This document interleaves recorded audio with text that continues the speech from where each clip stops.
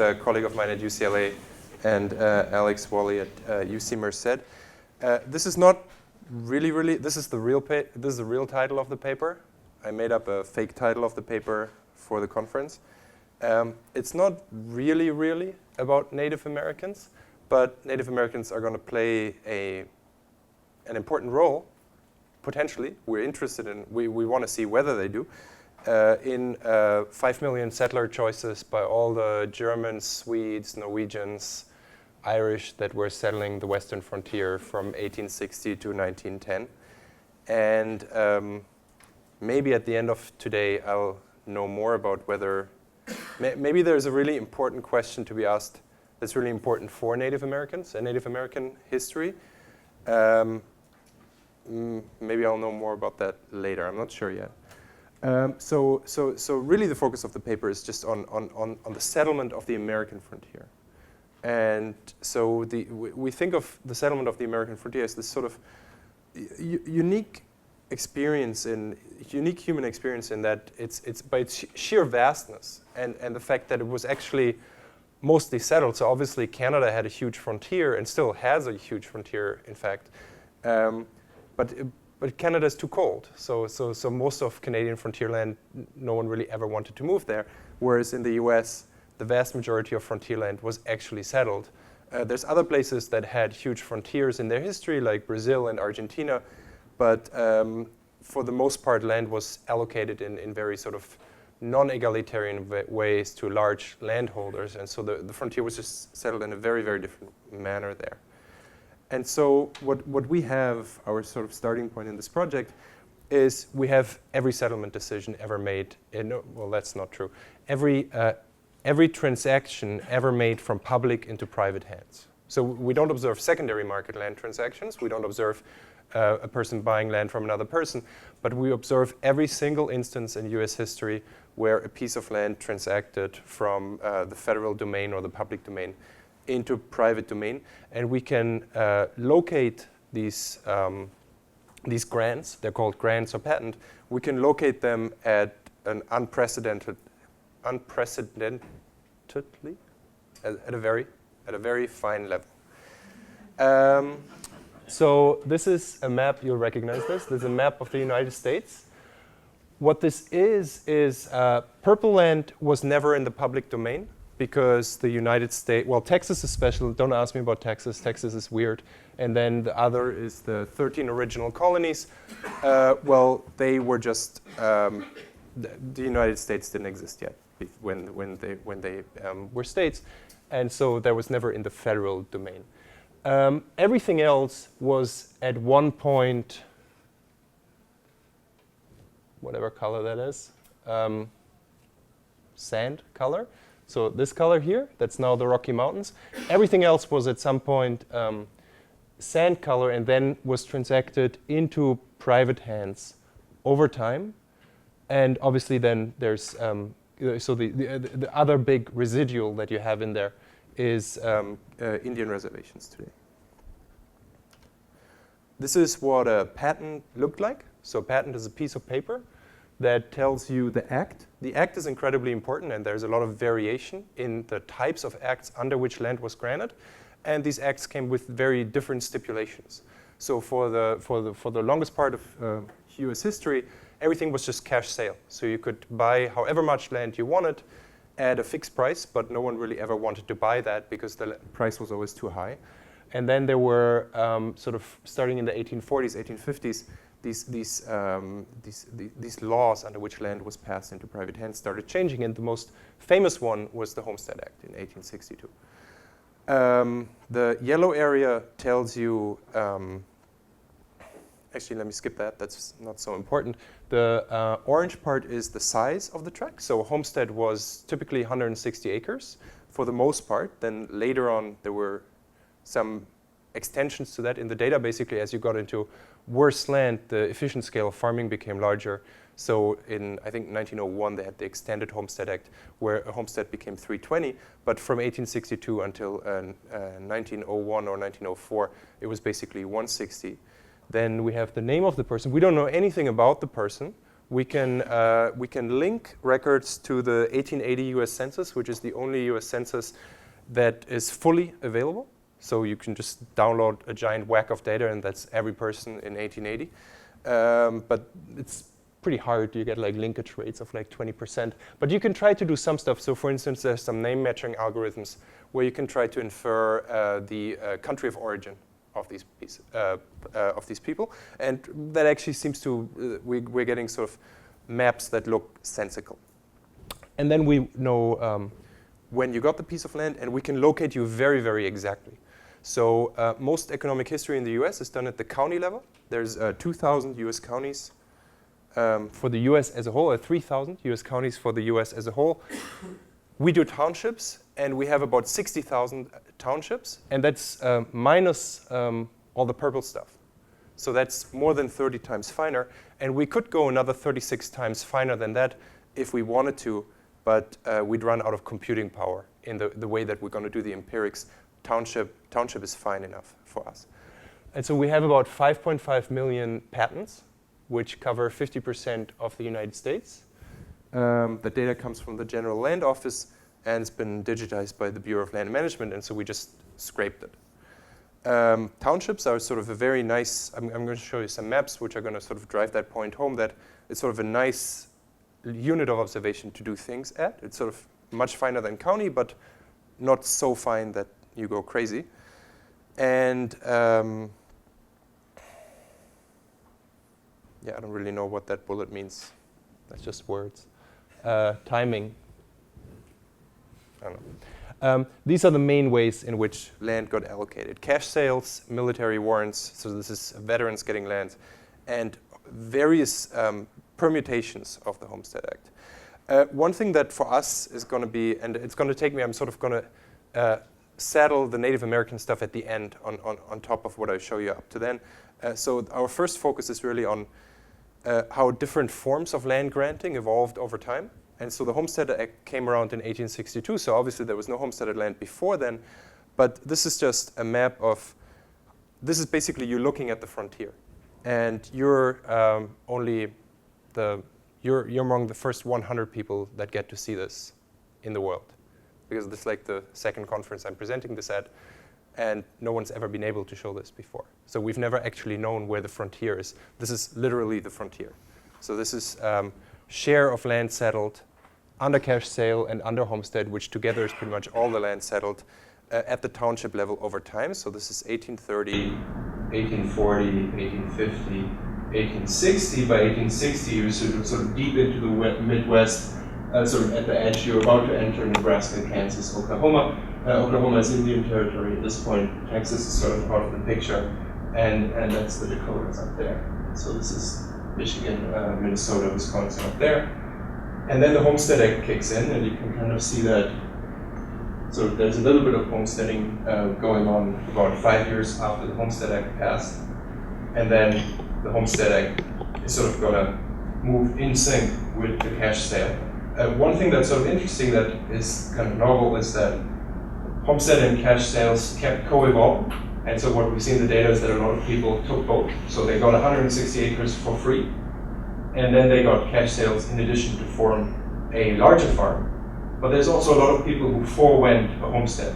So even though you could have gotten 160 acres for free, you choose not to. You choose to buy all your land outright.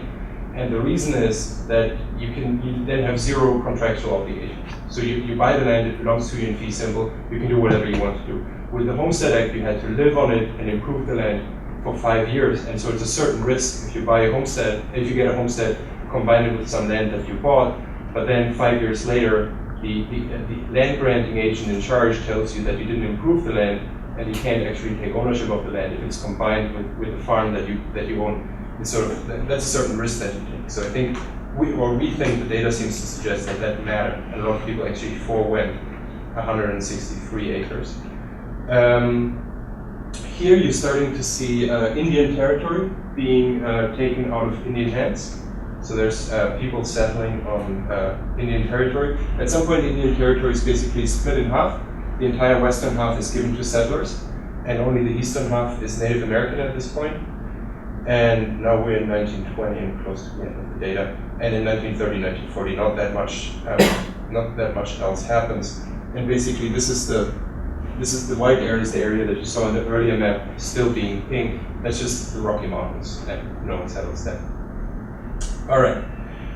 What we originally wanted to do with this project is we wanted to collect all this data, and then we were convinced that we would find these awesome instances of spatial sharpness that we could use for empirical identification. So we thought we'd see like these really clean structural breaks in space, where we could say, here's a Homestead Act area with lots of small egalitarian farms, and here's the cash sale area next to it where you have the big landowners, and how are things going to evolve differently on two sides of the border. And there are a couple of potentials for borders. There's one modification to the act was on a meridian, and so we thought that maybe on the meridian we'd see a very sharp break. It turns out that there's no spatial sharpness, very, very little spatial sharpness. And the problem is that you have sharpness in time when acts get introduced. But whenever an act is introduced, there's a couple of people who are settling ahead of the frontier. There's a couple of areas that are unsettled that are basically behind the frontier, in the sense that a lot of people have already moved past that, but this is unattractive land, this is the bad lands where you can do cattle farming, but not at 160 acres, only at 320 acres. And so there's the process by which everything gets settled in space is so endogenous that this sharpness in time doesn't give you sharpness in space. And so at this point we said, okay, we basically, in a reduced form setting, we can't do much with this. And this is when we took Conan on board, who is a structural I/O guy, now with an interest in economic history, he tells everyone. And so he basically we're taking now a structural approach where we basically try to explain how the frontier was settled. So this is the difficulties we face. We basically just spent like many months staring at maps, and there's just nothing spatially sharp there that you can really exploit usefully. And so what we have is we have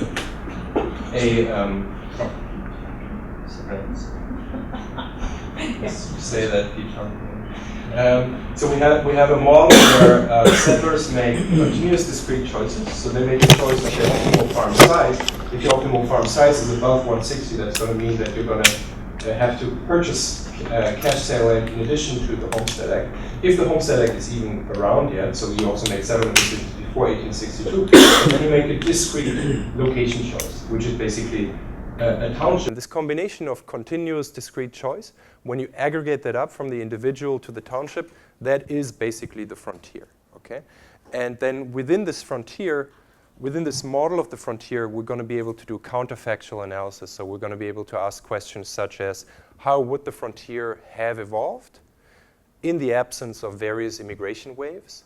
How would the frontier have evolved if terms of trade shocks had been different? So if like the price of wheat had evolved differently relative to the price of corn, which would have made people move more in the southwest, less in the northwest, things like that. And then one of the things that sort of I was always among this set of co-authors at least most interested in is the question of Native American hostility. So certainly there's, when you read about frontier settlement, Native American hostility is this really, really salient thing. Like, you might get killed. If you're going to get killed, most likely you're going to get killed by hostile Native Americans. And so this bore heavily on the narrative at the time. And so that's kind of what I wanted. That was kind of the twist I was going to give it for today, to talk about how we're going to incorporate that into our empirics. How much time do I have? Excellent question. Thank you. 13 minutes. 13 minutes, okay. Okay, so we have our J townships, that's fixed. Each settler makes a continuous choice first. So the way that these models are set up is you make, for every possible discrete choice, so for every possible location you can choose, you make a continuous choice. So in other words, if I'm going to go there, this is going to be my optimal farm size. If I'm going to go here, this is going to be my optimal farm size.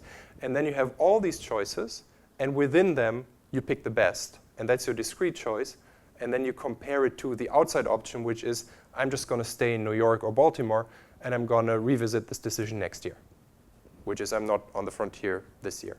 So that's kind of how this is set up, so in a very standard way. Each township has characteristics. They're time varying. we make a distinction for modeling purposes, but it's actually a fundamentally important distinction between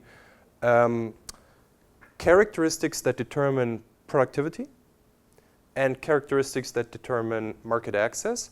Some of these are going to be endogenous to the model in the aggregate, in the sense of there might be a piece of land way out there, but as the model is endogenously moving closer to that piece of land, market access of that township way out there, it's no longer going to be way out there. As the frontier is moving towards it, it's going to get closer to markets. So in that sense, in the aggregate, it's going to be endogenous, but to the individual making the choice in the model, it's going to stay exogenous.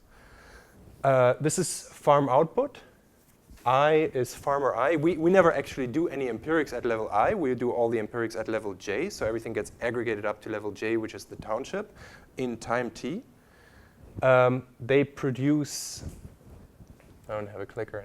Now I know why Dustin was pacing back and forth so much. So they produce output up there minus a production cost, and those are features of the characteristics of the land that determine productivity. Then you eat some of your output and you sell some of your output, and the price at which you sell it depends on essentially market access. And so data on things like the expansion of the railroads is going to be very important for us. So there's going to be lots of things that are going to be co-evolving. We have very nice, very good spatial data on the expansion of railroads. We have very good spatial data on the expansion of banking. So there's going to be lots of things like that that are evolving that change market access over time. And then endogenously, the frontier itself is evolving over time, obviously. And then prices are just global price data. Farmers make, so on the right of the top row, you have the output, your utility you're going to generate from output you sell and output that you eat. The first term is the cost of purchasing the land. So F is the price of land, and there's actually very rich variation in the price of land beyond the homestead. So initially it was $1.25, I think. Initially it was $1.25 per acre, but then there's this graduation act which they basically started to put land on sale if it wasn't taken. So land gets surveyed in year T, and then for every year after year T plus 5, the land then got cheaper in a continuous way if people hadn't taken it up yet. So you're basically putting on sale the land that no one wanted. And so this gives you variation in space over time. And then to avoid that everyone in the model is going to just like crowd into the plots that are very good. So land suitability is going to be important in the model, but we don't want the model to say that 5 million people all want to locate in Township A. And so the chi term in the middle is just like a crowding parameter. So obviously you don't want everyone crowding into the same spot. So that just prevents that. And then there's a budget constraint. We're not doing anything at the individual farmer level. We don't know anything about individual farmers. Everything ends up getting aggregated to the township level. But we are able to infer something about country of origin of the farmers. And so we know something at the macro level. We know something about budget constraints of different immigrant groups. We know that all the immigrants were more budget constrained than the native population. So the native, not Native American, but native white population. But we also know that there was variation between how budget constrained Germans were versus Swedes versus Norwegians. And so that's going to give us some variation on the budget constraint.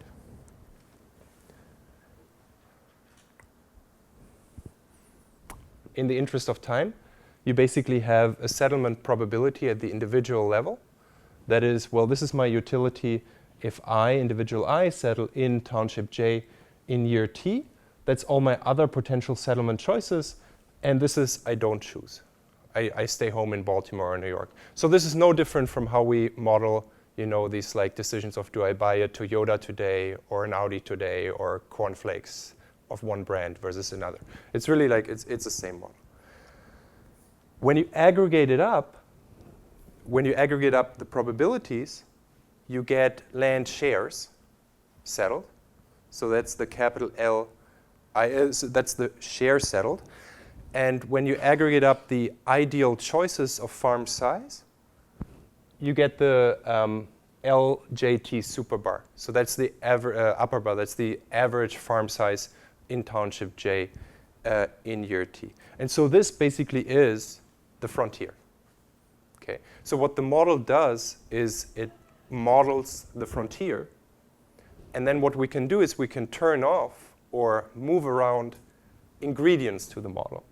So we can monkey around with the XJTs and the ZJTs to ask questions such as, if you had turned off immigration from Germany, if you had turned off immigration from Sweden, how would the frontier have evolved? If you had permuted prices in a certain way to make the prices of certain increasing returns to scale crops higher and decreasing returns or constant returns to scale crops lower at certain times, would you have gotten a different distribution of land? Okay? So these are all questions about, not about the long run, they're all questions about how the frontier was settled in year T0. Okay? And so now I'm going to spend I'm going to make up a number, 5 minutes? 2 minutes? 6 minutes, talking about how Native American history can play into this. So like I said, and like as many of you are probably aware, Native American hostility on the frontier, when you're reading frontier history, Native American hostility is like maybe the single most important topic. Maybe the only other topic that's more important is the railway. Only the railway excites people more than Native American hostility. And so we want to get sort of a quantitative sense for that in our model. And to do that, we use this publication by these two geographers, Hilliard and Irwin, which give you these 5-year land cession maps. And this is basically them in low resolution. They put it into 4 maps, but each map is really a series of 5 maps because the color coding gives you 5-year steps. Okay, so it's really a series of 20 maps. And so my programmer makes nice little videos for us. And so I'm going to show you just how. So in the empirics, everything is going to be annual. That's why computing power is a real concern for us. So in every year, there's settlement choices. And then next year, there's settlement choices. So everything needs to be redone every year, right, as the flow is added to the stock. And so as the flow is added to the stock and the frontier evolves, you have these land cessions. So this is very early on. This is actually preceding when we would start our analysis.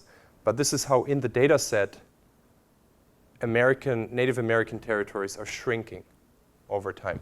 And then the leftover residual that's going to be sort of in the back, that's reservations. We're going to have to treat reservations different from actual unceded territory in front of you. And then this would be today, basically. I'm not sure why the Ute looks so small. Might have to do some modifications to those maps, I guess, the video that I just showed you. And then what we want to do is we want to specifically look at when land was ceded by specific tribes. So the Hilliard-Irwin maps are silent on who ceded the land, but we do actually know that just from different sources. And so one sort of rough and tumble way to do it is to take the 1970 National Atlas map that I used for my paper on forced coexistence, and just overlay that and say, well, these are the tribes that lived there. That's not going to be entirely accurate. We're going to have to shift some things around, but you're basically going to get a sense. You're going to be able to say, this is what the Comanche ceding their land or the Apache ceding their land did, as opposed to the Paiute and the Shoshone, which is actually interesting because the Comanche were considered one of the most hostile tribes. Settlers were really afraid of the Comanche and the Apache. Settlers were by and large really not afraid of the Paiute and the Shoshone. So you can actually ask this in the data. You can ask, if a hostile tribe was put on a reservation, if a hostile tribe ceded land, did that make the frontier move in very fast into those territories, controlling for all this other stuff like suitability of land for X, Y, Z? Whereas with the Paiute and the Shoshone, it might well be the case that the data says even when the land wasn't ceded, whites were moving in anyway because they didn't care.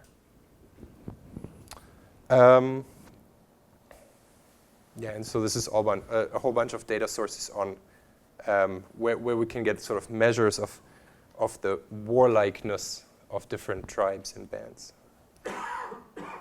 And that's it. That's all I had.